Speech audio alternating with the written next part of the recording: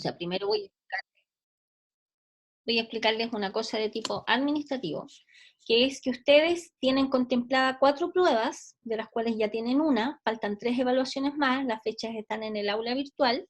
Además de eso, se contempla una prueba a final de semestre, que es una prueba recuperativa,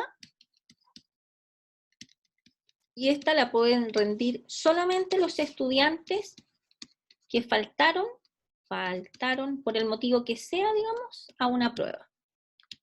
Normalmente cuando un estudiante falta una prueba tiene que justificar con la escuela, ¿de acuerdo? Entonces nosotros pues nos llega un listado con los alumnos que hayan tenido alguna dificultad, y ellos, solo esos estudiantes pueden acceder a esta prueba recuperativa, ¿ya? Y existe otra prueba, que obviamente la prueba recuperativa reemplaza la prueba a la cual el estudiante faltó. Y otra prueba, que es la prueba de reemplazo. Esta prueba de reemplazo está abierta voluntariamente para todos los estudiantes. Para todos los estudiantes que deseen cambiar una nota de prueba, obviamente, una nota. Me explico. Por ejemplo, si hay un estudiante que en una prueba tiene, estoy inventando, si en una prueba se sacó un 2, por ejemplo, en la evaluación 2, tuvo un 2.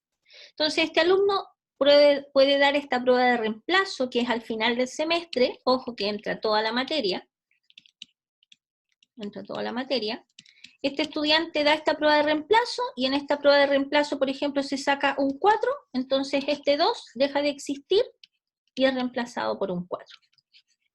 ¿Se entiende? Eso, y eso está abierto a todos los estudiantes. Por ejemplo, si hay un alumno que de repente en una prueba obtuvo, estoy inventando, un 4, y quiere mejorar su nota y se siente bien para dar la prueba de reemplazo, da la prueba de reemplazo y se saca un 6. Ese 4 deja de existir y se reemplaza por el 6. Esta prueba de reemplazo está abierta a todos los estudiantes, por lo tanto, aquellos alumnos que lamentablemente no pudieron ingresar su prueba, tienen esta posibilidad, tienen esta alternativa con esta prueba de reemplazo, y con esta prueba de reemplazo cambian la peor nota que tengan. En este caso, bueno, sería un 1,1, digamos. Profe, en el caso de que, por ejemplo, si uno hace la prueba de reemplazo y se saque, no sé, tenía originalmente un 3 tanto, y se saca peor nota que eso, ¿no influiría Se reemplaza igual. entre...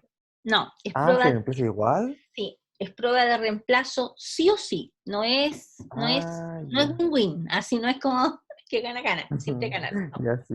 No, el que se arriesga a dar la prueba de reemplazo, ahora, no, en términos generales, todas las personas que dan la prueba de reemplazo suben su nota, porque normalmente suben notas más o menos feas, ¿me entiendes? Entonces, por ejemplo, un estudiante que tiene un 2, yo le diría a ojos cerrados que dé la prueba de reemplazo, porque es poco probable que se saque una nota menor que un 2, ¿me entiendes? Entonces, obviamente un alumno que quiere reemplazar, por ejemplo, un 5, que lo piense bien antes, porque a lo mejor podría sacar una nota menor que un 5, y en ese caso se reemplaza sí o sí, es automático el reemplazo.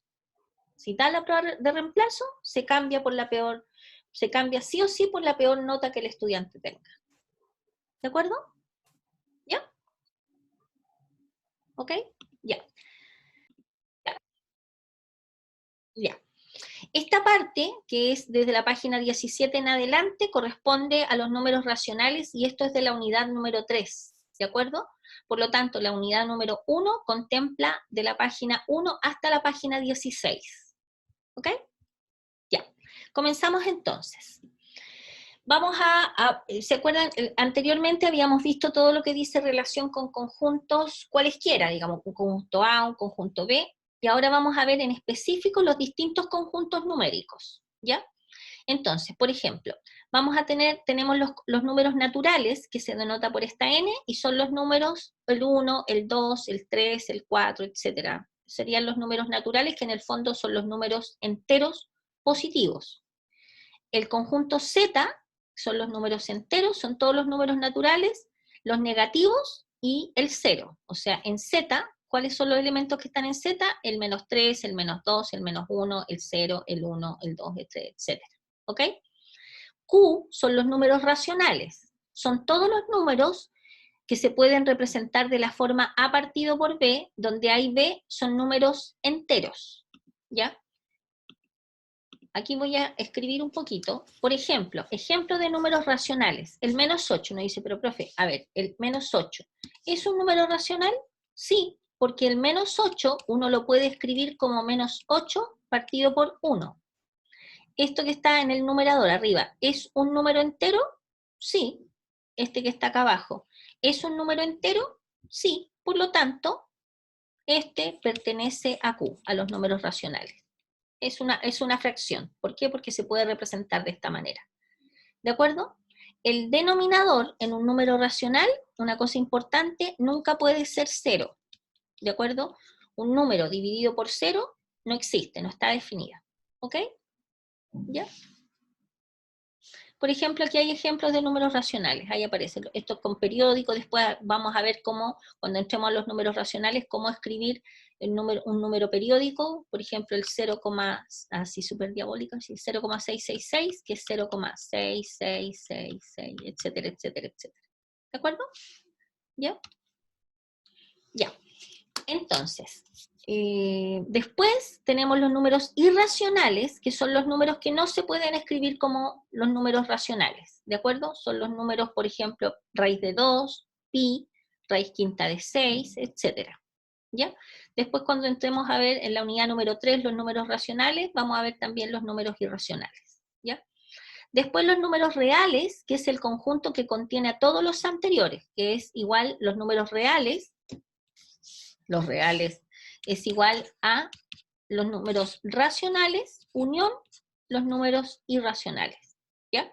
El conjunto de los reales es el conjunto más grande que contiene a todos estos otros, pero el que le gana, digamos que es el conjunto de los números complejos.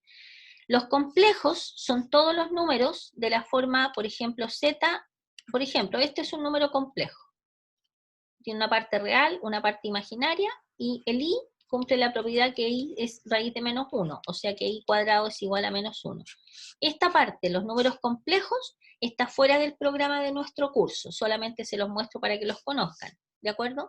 Los números complejos es el conjunto más grande que contiene dentro de él a los números reales.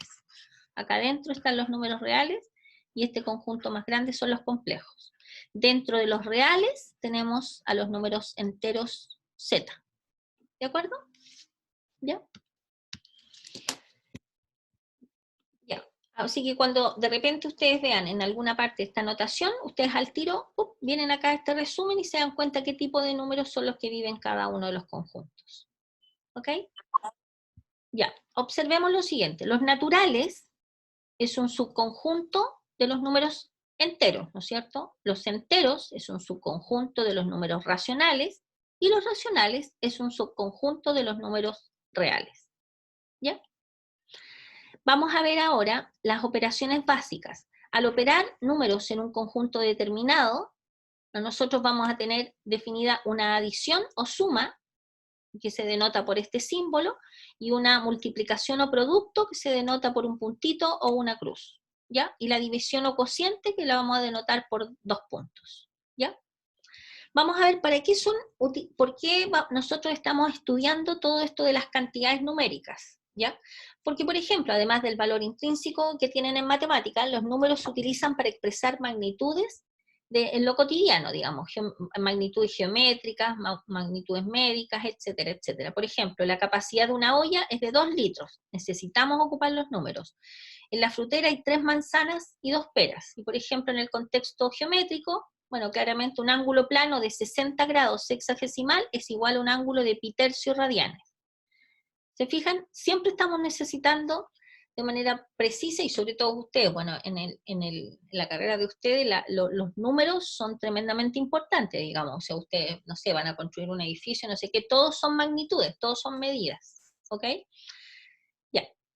Ejemplos respecto de la propiedad. A ver, hay una propiedad sumamente importante de un conjunto numérico en general que dice lo siguiente, que vamos a hablar de, por ejemplo, si nosotros tenemos un conjunto numérico, Imaginémonos, por ejemplo, un conjunto cualquiera, conjunto numérico tanto.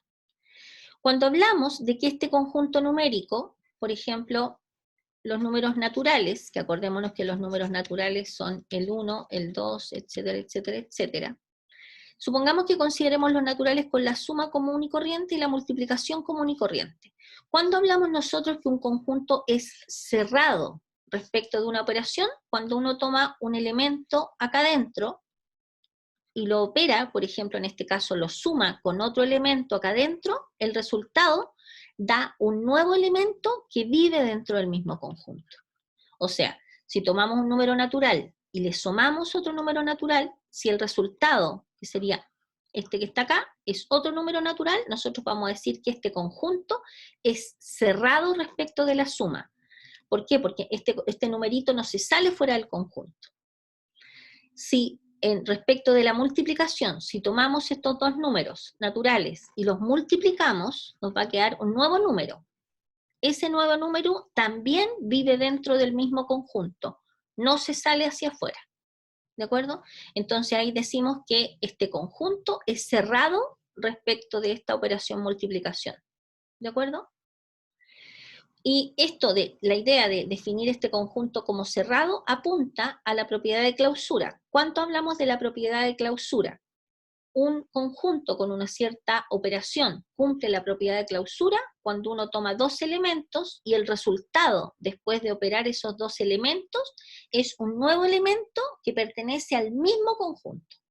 Por eso se llama propiedad de clausura, porque queda dentro, es un elemento de la misma especie del conjunto, de los elementos que están en el conjunto, donde tomamos los elementos, donde tomamos el A y el B en este caso. ¿Ok? Ya, vamos a partir primero del conjunto de los números naturales. Propiedades y operaciones de los números naturales. Entonces, vamos a tener nosotros, por ejemplo, la representación de un número natural. Esta es una pequeña introducción. Por ejemplo, nosotros los naturales, el 1, el 2, el 3, el 4 y el n. Por ejemplo, nosotros, si queremos definir los naturales de manera comprensiva, o sea, esto es por extensión, cuando uno exhibe cada uno de los elementos que están en el conjunto. Y si lo queremos escribir por comprensión, vamos a hacer todos los x, tal que x es un número que empieza con el 1. Claro, porque el siguiente sería el 2, el que le sigue sería el 3, etcétera, etcétera. ¿Ya? Hay algunos libros que denotan un nuevo conjunto, que lo definen como n asterisco, que en el fondo es lo mismo que... Hay algunos textos, unos más antiguos, otros más modernos, etcétera, que usan esta notación. Entonces se las muestro solamente para que ustedes vean a qué se refieren. El n asterisco o el n sub 0 corresponde a los números naturales donde se les ha agregado el 0. ¿De acuerdo? O sea, son los naturales, el 1, el 2, el 3, el 4, etcétera, pero incluimos el 0. Entonces, esto que se llaman cardinales, es el 0, el 1, el 2, el 3, el 4, el n más 1, etcétera, etcétera. ¿Ok? Los números naturales, el n no incluye el 0. Es del 1 en adelante, el 1, el 2, el 3.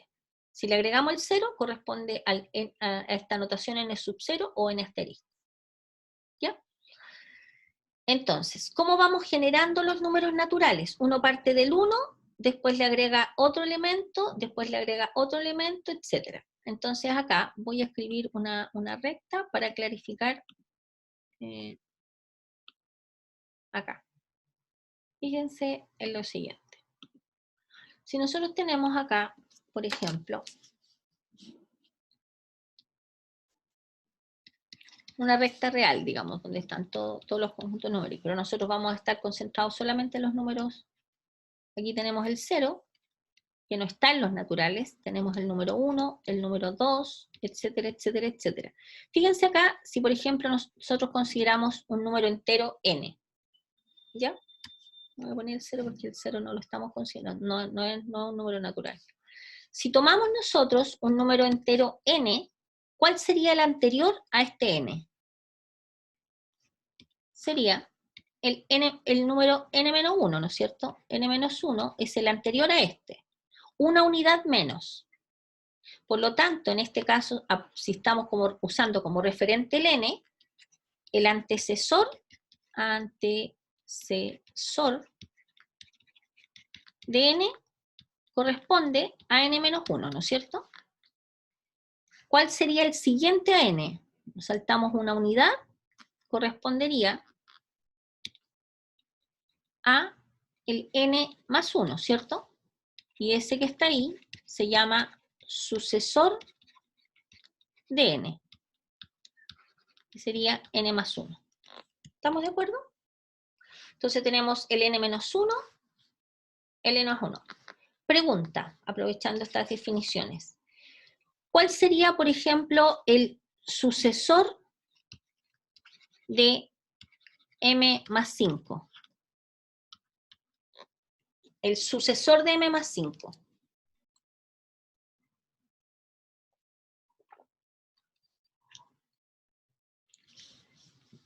Estimados.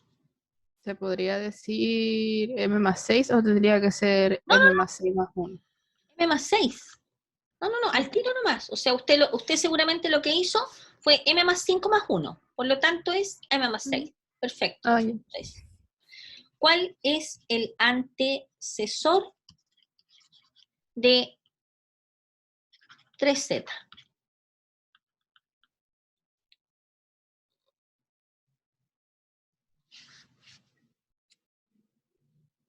¿3z menos 1? 3z menos 1. ¿De acuerdo? ¿Ya? Eso. Solamente para clarificar el concepto de sucesor y antecesor. Ya, algunas características de los números naturales. Primero, son todos mayores que 0, obvio. El menor número natural es el número 1 y no existe un mayor número natural. ¿De acuerdo? No existe uno más grande, porque alguien dice, profe, sabe que yo tengo aquí en mis manos, en mi poder, en mi cuaderno escrito el número natural más grande. Uno dice, ya, es 1.000.000 elevado a 1.000.000. Alguien dice, no, estás equivocado. Tú no tienes el número natural más grande, porque yo tengo por lo menos uno que es más grande que el tuyo. Sería 1.000.000 elevado a 1.000.000 más 1, ¿cierto? Y así. Por lo tanto, no existe el número natural más grande. ¿Ok? Mayor. Algunas propiedades de la operatoria con los números naturales. A ver, en los números naturales, primero, si yo tengo un número natural cualquiera más otro, nos va a dar un resultado, lo que habíamos dicho recién, que se llama la propiedad de clausura. El resultado también es un número natural. ¿Ya? Por ejemplo, si nosotros estamos trabajando, ojo con esto, no todos los conjuntos numéricos cumplen la propiedad de clausura. ¿Ya? Por ejemplo, fíjense ustedes, supongamos que nosotros tomamos dos números naturales A y B, y C es el resultado de la operación indicada. Supongamos que nosotros hagamos la resta, A menos B. Fíjense, al hacer la resta, A menos B nos da un número C. ¿Cuándo este número va a estar en los naturales? O sea, no siempre que nosotros tomemos un número natural claramente y lo restemos por otro, el resultado va a estar en los naturales, ¿cierto? Si tomamos A menos B y nos da C, ¿cuándo está en los naturales? Cuando C es un número mayor o igual que 1, ¿no es cierto? Porque acuérdense que en los naturales tenemos el 1, el 2, etcétera, etcétera. Por lo tanto, este número, para estar en este conjunto, tiene que ser un número mayor o igual que 1. ¿Sí? Fíjense en el ejemplo que está acá. Si nosotros, por ejemplo, el 4 es un número natural, el 7 es un número natural, pero si nosotros hacemos 4 menos 7, nos queda menos 3. El menos 3 no está en los naturales. ¿De acuerdo? Por lo tanto, no siempre nosotros vamos a tener que que los números naturales bajo cualquier operación se cumple la propiedad de clausura. No. Los naturales con la suma cumplen la propiedad de clausura y los naturales con la multiplicación cumplen la propiedad de clausura. Pero los naturales con la sustracción o la resta no cumple la propiedad de clausura. ¿Por qué? Porque tomamos un número, por ejemplo, y le restamos otro, Y nos queda un número que es menos 3, que claramente no pertenece a los naturales. ¿Se fijan? ¿Ok? Por lo tanto, no podemos decir nosotros que un conjunto cualquiera cumple la propiedad de clausura o no, sino que va a depender de la operación que nosotros consideramos. Esta sí cumple la propiedad de clausura, esta sí cumple la propiedad de clausura, esta operación, los naturales con esta operación no cumplen la propiedad de clausura. ¿Ok? Ya. Tenemos también la propiedad conmutativa, que nos dice que si tenemos A más B para dos números naturales es lo mismo que sumar B más A. Y que A multiplicado con B es lo mismo que B multiplicado con A. ¿Ya? Bien. Bueno, por una observación, la diferencia o la división no cumple la propiedad conmutativa. La propiedad asociativa nos dice lo siguiente: si tenemos un número y le sumamos B más C, es lo mismo que A más B más C, y si tenemos una multiplicación, nos va a quedar que A multiplicado por B por C es lo mismo que A por B por C. Podríamos juntar estos dos primero y el resultado por este. ¿Ya? ¿De acuerdo? ¿Ya?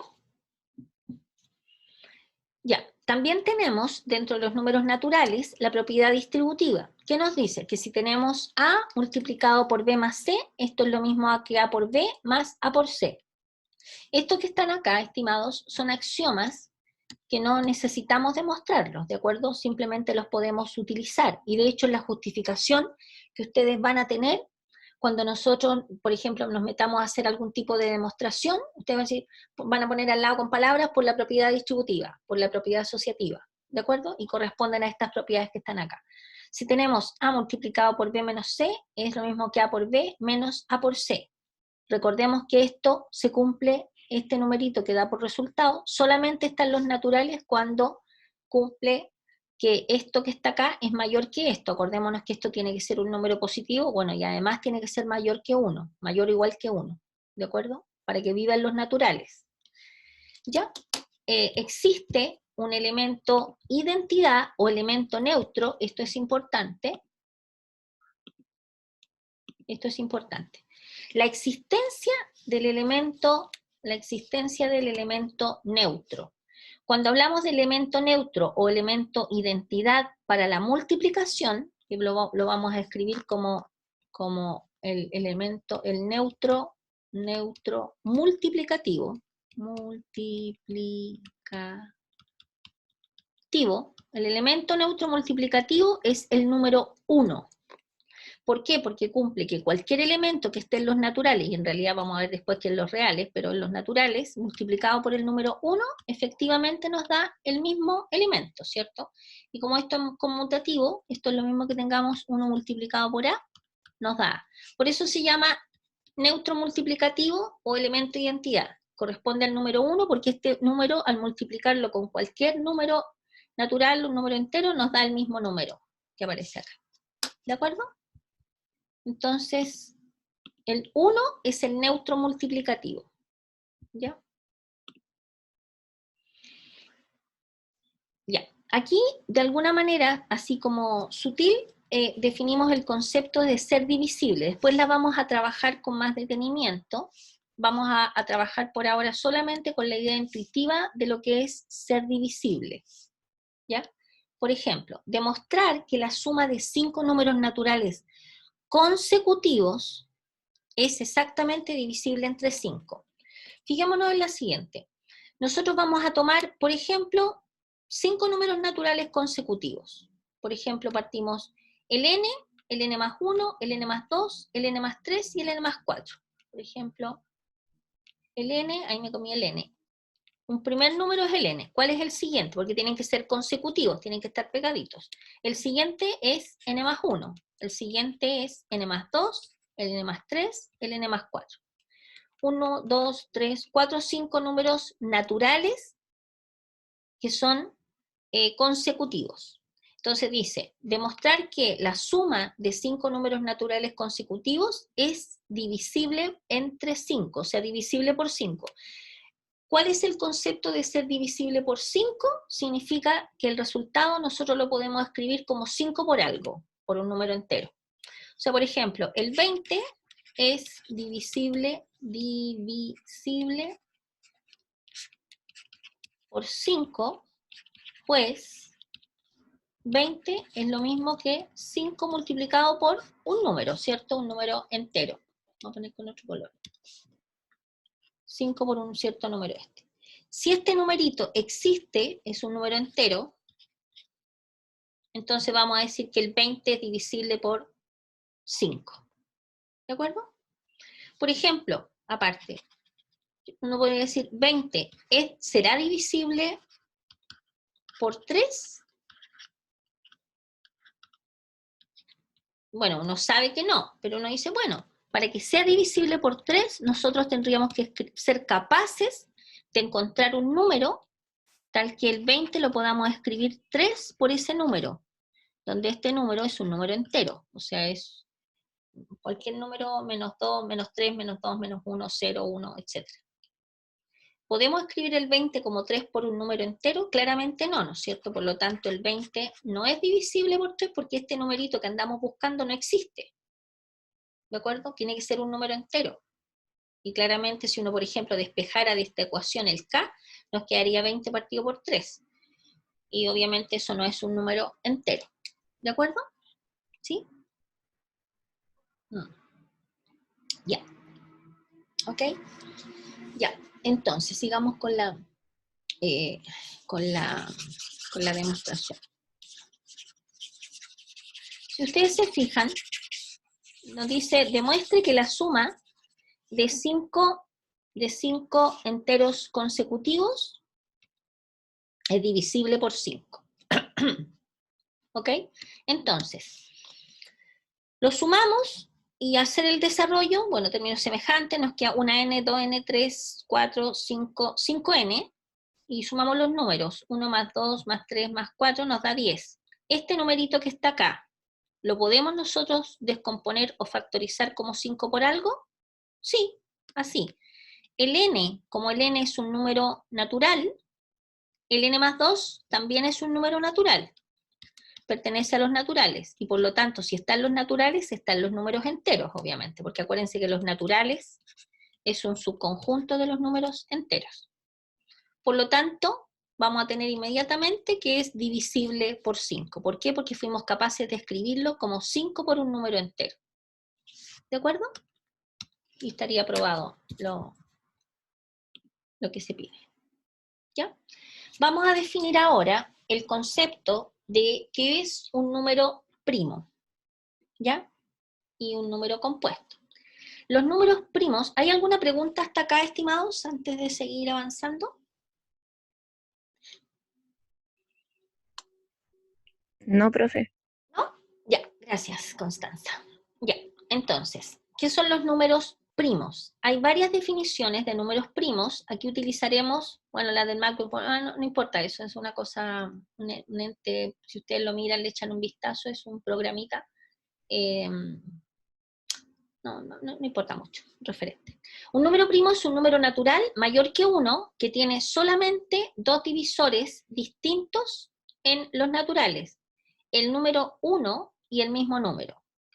Simbólicamente, el número p en los naturales, con p mayor que 1, es número primo cuando sus únicos divisores son el 1 y sí mismo. ¿Ya? Ya.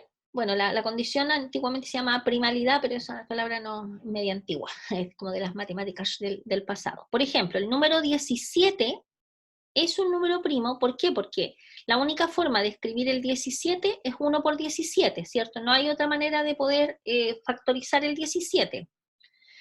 Y entonces, ¿cuáles son los divisores del 17? El número 1 y el mismo número, el 17. Lo mismo el 29, otro ejemplo de número primo. El 29, los únicos factores son el número 1 y el mismo número 29. En cambio, por ejemplo, el 25 es 5 por 5, ¿cierto? 25 es 5 por 5. 5 por 5. ¿Cuáles son los divisores del 25. Si uno tuviera que escribir la lista de divisores del número 25, va a ser el 1, el 5 y el 25, ¿cierto? Entonces, ¿el 25 es un número primo? No es un número primo, porque si fuese un número primo, los únicos divisores tendrían que ser el 1 y el mismo número. Pero resulta que aquí tenemos otro más, que sería el 5, ¿cierto? ¿De acuerdo? ¿Ya? Bien, ya. ¿Hay alguna pregunta? ¿No? Por mi parte no, profe. ¿Qué me dijo? ¿No? Que no. Ya, es que no le escuché. Ya, ok, sigamos. Bueno, aquí hay un ejemplo también más o menos similar al que les mostré recién. Avancemos. ¿Qué son los números ahora compuestos? Entonces, ¿está claro el concepto de número primo? Todo un número va a ser primo cuando los únicos divisores son el 1 y el mismo número. El número 1 no se define como número primo, el número 1 es el neutro multiplicativo solamente, ¿ya? Los números compuestos. Un número compuesto, los números naturales mayores que 1, que no son números primos, se denominan números compuestos. De manera más específica, un número compuesto es un número natural que tiene algún divisor en los números naturales, aparte de sí mismo y el número 1. O sea, y por lo tanto se van a poder factorizar por otros números más. Por ejemplo, el 51 lo podemos factorizar como 1 por 3 por 17. ¿Cuáles son los divisores del 51? Estaría el 1, estaría el 3, fíjense si lo podemos descomponer. Los divisores del 51 serían el 1, el 3, el 17 y el mismo 51, ¿cierto? Para que sea primo tendría que tener solo el 1 y el mismo número, pero tiene este otro y tiene este otro, ¿cierto? Por lo tanto, este es un número compuesto. ¿Ok? Y en particular, obviamente, lo podemos factorizar como 1 por 3 por 17. Y el 76 lo podemos factorizar como 1 por 4 por 19. Este sería un número compuesto, este otro ejemplo de número compuesto. Por lo tanto, un número natural n es compuesto si es posible expresarlo como una multiplicación, por ejemplo, de n1 por n2, donde el n1 y el n2 son números naturales que satisfacen que un número natural, parece coma, es n1 por n2, ¿de acuerdo? En donde este numerito que está acá es mayor que 1 y menor que el mismo número, obviamente. Por ejemplo, el 15 es 3 por 5, y 3 por 5 es mayor que 1 y menor que 15, menor o igual que 15. ¿Ya? Donde este y este, en realidad, el n1 es un número mayor que 1 y menor que n, en realidad es una coma. O sea, a ver, el desglose de esto es n sub 1 está entre n y 1, y el n sub 2 es otro número que está entre 1 y n. ¿De acuerdo? Ya. Por ejemplo, descomponer en factores los números 24 y 120. Bueno, cuando uno habla de factores primos, la idea es que uno escriba, por ejemplo, el 24, nosotros sabemos que es 3 por 8. ¿El 3 es primo? Sí. ¿El 8 es primo? No. Entonces escribimos el 8 y lo descomponemos en sus factores primos o como potencia, donde la base sea un número primo. El 8 es 2 al cubo, ¿no es cierto? Entonces nos va a quedar, si lo escribimos de manera ordenadita, 2 al cubo multiplicado por 3. ¿Ya? Y lo mismo con este otro ejemplo que aparece acá. Por ejemplo, el 37 es un número primo o compuesto. El 37 es un número primo. ¿Por qué? Porque los únicos divisores de él son el 1 y el 37. ¿Ya? Y así. Ustedes después revisan el ejemplo. ¿Ya? Ok. Esta tabla de factorización prima es un mecanismo a partir del cual, digamos, bueno, de repente cuando son números pequeños, uno es fácil que pueda escribir la descomposición o la factorización en factores primos, pero cuando son grandes, de repente vale la pena hacer una tablita como esta, por ejemplo. Si nosotros quisiéramos escribir el 60 en factores en factores donde las bases sean números primos, uno toma el número 60, primero dice, bueno, el 60 es divisible y parte del primo más pequeño, que sería el 2. ¿Es divisible por 2? Sí. 2 por 30 nos da 60. Este número que nos queda acá, ¿sigue siendo divisible por 2? Sí, ponemos un 2. ¿2 por cuánto nos da 30? Por 15. Perfecto, el 15. ¿Es divisible por 2? No. ¿Cuál es el siguiente número primo? El 3. Entonces, ¿es divisible por 3? Sí. ¿3 por cuánto nos da 15? Por 5. Perfecto. El 5. ¿Es divisible por 2? No. ¿Por 3? No. ¿Por 5? ¿Que sería el siguiente número primo? Sí. 5 por 1 es 5. Y cuando llegamos al 1 acá, significa que terminamos la pega. O sea que el 60 se va a descomponer como este multiplicado por este, multiplicado por este y multiplicado por este. O sea, va a ser 2 por 2 por 3 por 5. Pero este sabemos que lo podemos escribir como potencia, como 2 al cuadrado por 3 por 5. Entonces hemos escrito el número 60 como factores que tienen por base números primos. ¿Ok? ¿Preguntas hasta acá?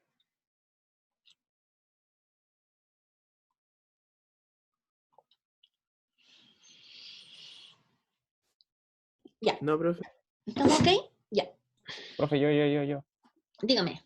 Si hubiera, por ejemplo, otro más que sea divisible por 3, por ejemplo, si hubieran 2, 3, ¿cómo se quedaría? ¿Quedaría 3 por 3 Por y quedaría ejemplo, 3 al claro, cuadrado? por ejemplo, suponga que en el desarrollo del numerito nos hubiese quedado, por ejemplo, estamos inventando, hubiese quedado, por ejemplo, los factores que hubiese sido el 2, el 2, el 3, el 3, el 3, el 5.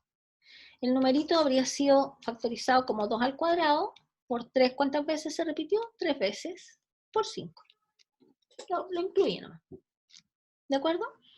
Si bien es cierto, el 2 al cuadrado no es un número primo, la idea es descomponer el número en factores donde la base, que pueden ser potencias, donde la base sea un número primo.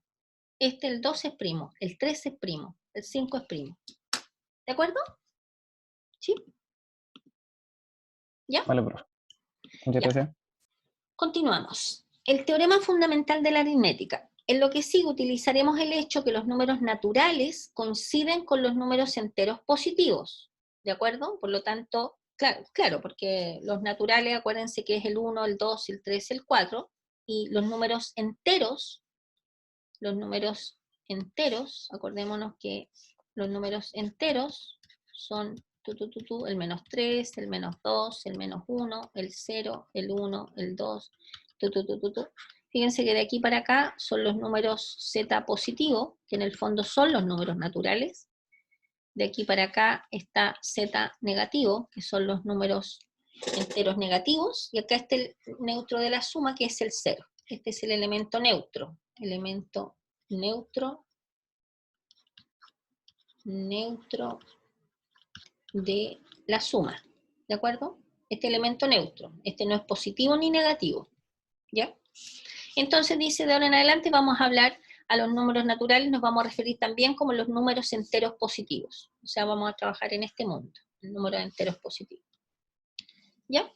El teorema fundamental de la aritmética, también llamado teorema de factorización única, afirma que todo número entero mayor que 1 cumple una de las siguientes condiciones.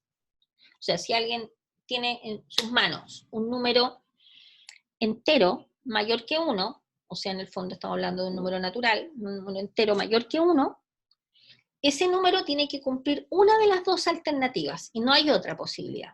O sea, es primo o se puede escribir como producto de números primos. O sea, cuando digo como producto de números primos en el sentido de lo que acabamos de hacer acá. Porque, por ejemplo, esto que está acá es la factorización de este número como producto de números primos, porque es 2 por 2 por 3 por 5, que uno lo puede escribir de esta manera. Pero ojo, este no es primo. El 2 es el primo. Se puede repetir el primo, por eso sería el 2 por 2 por 3 por 5. Entonces, un número o es primo o es compuesto, que se puede escribir como producto de números primos. ¿Ya? Bien. La forma factorizada estándar o factorización prima. Dado un entero n mayor que 1, su forma factorizada estándar o factorización prima es una expresión como el producto de factores que son números primos de esta forma. ¿Se fijan? O sea, en el ejemplo que nosotros teníamos recién, del 60, en el 60, nosotros lo escribíamos como 2 al cuadrado por 3 por 5. Me parece que era eso, ¿sí? 15 por 4. Sí, lo habíamos escrito de esa manera. ¿Se fijan? Este que está acá, el 2 pasaría a ser como el P sub 1, en la notación que aparece ahí. Este sería el P sub 1, sería el 2. El P sub 2 que aparece ahí sería el 3. Y el P sub K, bueno, el P sub 3, porque este llega hasta 3 nomás, porque lo factorizamos de esa manera, sería el 5. Los exponentes, el N sub 1 que aparece en esa fórmula, correspondería en el caso particular al número 2. El N sub 2 que aparece acá arriba corresponde al 1, y el N sub 3 en este caso, porque este sería P sub 1 elevado a N1 por P sub 2 elevado a N sub 2 por P sub 3 elevado a N sub 3.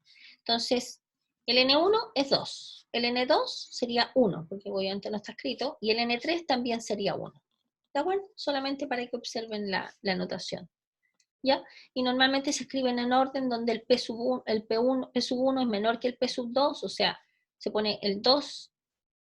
Esta es como la forma factorizada en la que se pide escribir. O sea, claramente, si ustedes me ponen el 60 como 3 por 5 por 2 al cuadrado, es una factorización, sí está correcta.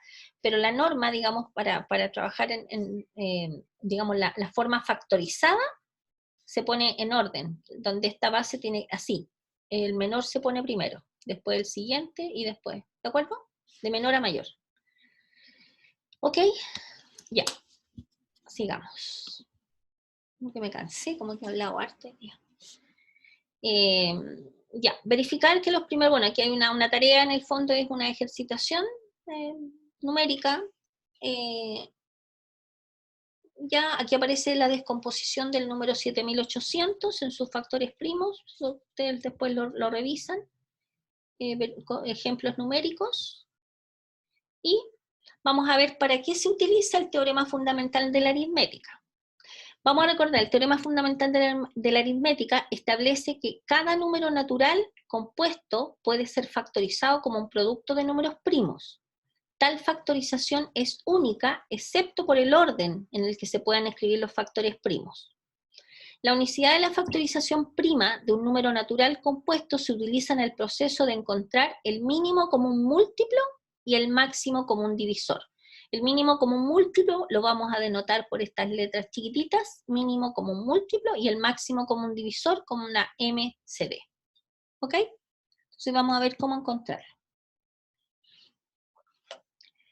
El mínimo común múltiplo de dos o más números naturales es el número más pequeño entre todos los múltiplos comunes de los números considerados. O sea, en el fondo, para sacar el mínimo común múltiplo, tenemos que sacar todos los múltiplos de los dos números y ver los que son en común. Y después elegir el más pequeño. ¿Ya? Ese es el mínimo común múltiplo. ¿Cómo se hace? Podemos calcularlo listando todos los múltiplos. Entonces, primero listamos los múltiplos de cada uno de los números que estamos analizando y después de eso elegimos el más pequeño de esos múltiplos. Bueno, por ejemplo, determinar el mínimo común múltiplo entre el 2 y el 7. Vemos cuáles son todos los múltiplos del 2. Claramente los múltiplos del 2 son el 2 por 1, que es 2, el 2 por 2, que es 4, el 2 por 3, que es 6, el 2 por 4, que es 8, etcétera, etcétera, etcétera, etcétera, etcétera. ¿Cierto? Así podemos seguir infinitamente. Esos son todos los múltiplos de 2. Los múltiplos de 7 son el 7, 7 por 2, 14, 7 por 3, 21, etcétera, etcétera, etcétera, etcétera. ¿Cierto? Entonces, ¿cuáles son los múltiplos comunes hasta ahora, digamos? Uno podría escribir varios, ¿no es cierto? Entonces, por ejemplo, me cansé. Los múltiplos comunes entre los dos está el 14, se fijan que está en rojo, se repite, está el 28, y así, hay un montón de infinitos. Entonces, de todos los múltiplos que son en común, uno elige el más pequeño. Claramente es el 14. Por lo tanto, respecto a la notación, se va a escribir mínimo común múltiplo entre el 2 y el 7, el número 14. ¿De acuerdo? ¿Ya? Ya, bueno, verificar aquí como a modo de ejercicio. Esto que están acá. Ya, les voy a dar unos 2 minutos para que me verifiquen que efectivamente esto está correcto, porque puede que haya uno de estos ejercicios incorrecto. ¿Ya? Entonces, verifiquen que se cumple el A, el B y el C. Doy 3 minutos. Ya. Ya. Ahora, para sacar el máximo común divisor, ¿qué tenemos que hacer? Respecto de dos números, sacar todos los divisores que están de cada uno, primero todos los divisores de cada uno, seleccionar los que son comunes y elegir el más grande. O sea, por ejemplo, si nosotros quisiéramos encontrar el máximo común divisor entre 30 y 42, ¿qué hacemos? Tomamos el número 30 y escribimos todos los divisores o los factores, que es equivalente, del número 30. Sería el 1, el 2, el 3, el bla, bla, bla, hasta el 30. Y después todos los números que dividen al 42. Sería el 1, el 2, el 3, etcétera, hasta el 42. Y claramente nosotros de acá marcamos aquellos que son comunes, ¿cierto? O sea, por ejemplo, tenemos el 1, el 2, el 3, el 6, ¿y hay alguno más? Ninguno más, ¿no es cierto?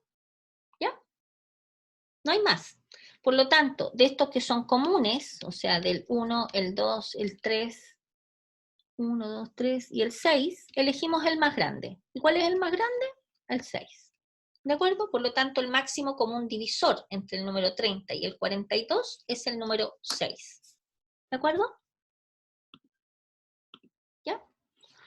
Ya. Ahora, ¿cómo determinamos el máximo común divisor conociendo los factores primos? Bueno, aquí está como el algoritmo de cuáles son los pasos que hay que hacer. Por ejemplo, ahora no haciendo el listado, sino que esa sería una forma, haciendo el listado de todos los factores o haciendo el listado de todos los divisores que son en común, sino que ahora vamos a usar la descomposición prima. ¿Ya? Ya, entonces, fíjense en lo siguiente, determinar el máximo común divisor entre 120 y 42. Primero nosotros hacemos la descomposición del 120 como lo habíamos visto antes. El 120 se puede descomponer en sus factores primos como 2 al cubo por 3 por 5, ¿no es cierto? Y el 42 lo descomponemos como 2 por 3 por 7. Y no hay otra descomposición, acordémonos que esa descomposición es única. ¿Ya? Entonces, los factores primos comunes a los números 120 y 42 son el 2 y el 3, ¿no es cierto? Estamos pensando en las bases. ¿Sí? El 2 y el 3. Por lo tanto, el producto nos da, lo multiplicamos ese producto de los factores que son en común y nos da 6, que sería el máximo común divisor. ¿Estamos de acuerdo? ¿Ya? Ya, aquí para que aquí lean esta, es como una reflexión. Y ahora viene una fórmula, y con esto vamos a terminar el primer periodo, que es cuál es la relación que existe entre el mínimo común múltiplo y el máximo común divisor, ¿ya? Que es esta fórmula que está acá. Cada vez que uno tiene el mínimo común múltiplo multiplicado con el máximo común divisor de dos números A, B, al multiplicar estos dos, el mínimo común múltiplo con el máximo común divisor, nos da el producto, eso siempre va a ser igual al producto de los dos números. Esto. Esta propiedad se cumple siempre, o sea, el mínimo común múltiplo multiplicado por el máximo común divisor nos da la multiplicación de los dos números. Esto es súper bueno. ¿Por qué es súper bueno? Porque nos facilita la vida. Todo lo que nos facilite la vida, bienvenido sea. Supongan, por ejemplo, que el máximo común, nosotros, bueno, ya tenemos que el máximo común divisor entre el 120 y el 42, sabemos que es 6, lo tenemos calculado ahí, sabemos que es 6. Entonces, si nos preguntan el mínimo común múltiplo entre 120 y 42, nosotros no tendríamos que hacer todo el proceso para calcular el mínimo común múltiplo, sino que simplemente ocupamos esta ecuación. ¿Qué nos dice? Que nos dice que el mínimo común múltiplo entre 120 y 42, multiplicado por este numerito que nosotros ya lo tenemos, que es el 6, nos tiene que dar la multiplicación de los dos números, o sea, 120 multiplicado por 42. Y si se fijan, como nuestra incógnita es esta, va a ser el mínimo común múltiplo entre 120 y 42. Tomamos la calculadora y nos va a quedar 120 multiplicado por 42, y eso lo dividimos por 6 y nos da 840. ¿De acuerdo? Usando esta fórmula. ¿Ya? Entonces, bastaría que tuviéramos uno de los dos para poder encontrar el otro, sin necesidad de hacer todo el trabajo previo que hicimos. ¿Estamos de acuerdo? ¿Ya? Y listo. Lo dejamos acá por ahora, y después vamos a ver las propiedades más específicas de los números enteros, cómo los ubicamos y todo lo demás. ¿Ya? Eso sería.